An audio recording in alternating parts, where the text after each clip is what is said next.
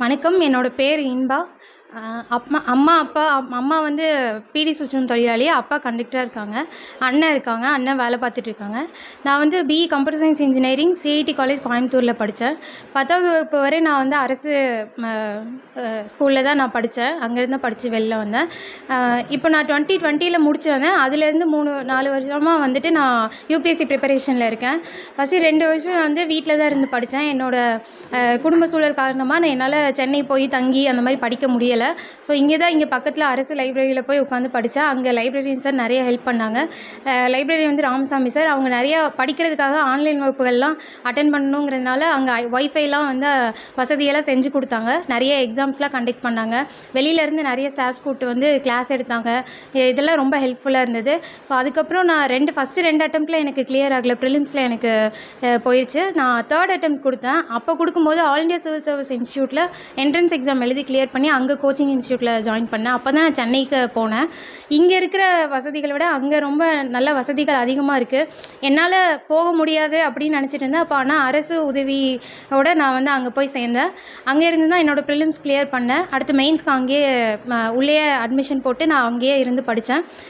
First interview கொடுத்துருந்தேன். எல்லாமே முடித்து இப்போ இந்த டைம் பாஸ் பண்ணியிருக்கேன். இதுக்கு எனக்கு உதவியாக இருந்த என்னுடைய குடும்பம், என்னோடய அம்மா, அப்பா எல்லாருக்கும் நன்றி. முக்கியமாக என்னோடய அண்ணனுக்கு நன்றி. எங்கள் அண்ணன் நிறையா எனக்கு சப்போர்ட் பண்ணியிருக்காங்க. எல்லோரும் வேலைக்கு போகட்டும், ஐடி வேலைக்கு போகட்டும், ஏன்னா கம்ப்யூட்டர் சயின்ஸ் இன்ஜினியரிங் நான்.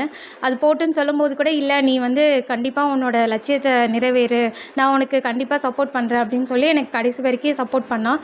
எங்கள் அண்ணனுக்கு ரொம்ப நன்றி. என் லைப்ரரி சாருக்கு ரொம்ப நன்றி. எனக்கு நிறைய கைட் பண்ண என்னோடய மென்டார்ஸ் எல்லாருக்கும் ரொம்ப நன்றி. இப்போ வந்து என்ன சர்வீஸ் வரும், இன்னும் சர்வீஸ் அலோகேஷன் வரல. சர்வீஸ் அலோகேஷன் பார்த்துட்டு இன்கேஸ் ஐஏஎஸ் கிடைக்கல அப்படின்னா நான் மறுபடியும் எக்ஸாம் எழுதி கண்டிப்பாக ஐஏஎஸ்க்காக படிப்பேன். திருப்பி கண்டிப்பாக பாஸ் பண்ணுவேன். நான் ஒரு விளிம்பு நிலை குடும்பத்துலேருந்து வந்ததுனால கண்டிப்பாக என்ன மாதிரி இருக்க நிறையா படிக்கிற பிள்ளைங்களுக்கு கண்டிப்பாக அவங்களுக்கு என்ன பண்ணணுமோ அந்த வழிமுறைகள் எல்லாம் கண்டிப்பாக சொல்லுவேன். அவங்களுக்கு தரமான கல்வி மருத்துவம் கிடைக்கிற அளவுக்கு நான் கண்டிப்பாக பாடுபடுவேன். என்னோடய நோக்கம் இது. என் பேர் ஸ்டெல்லா, பொண்ணு பேர் இன்பா. எனக்கு வந்து செங்கோட்டை விஸ்வநாதபுரம். ஆமாம், பொண்ணு இப்போ ஐஏஎஸில் பாஸ் பண்ணியிருக்கிறா. அவள் வந்து ரொம்ப கஷ்டப்பட்டு தான் படித்தா. எனக்கு ஒரு பொண்ணு, ஒரு பையன். பையன் வந்து வேலை பார்க்குறான்.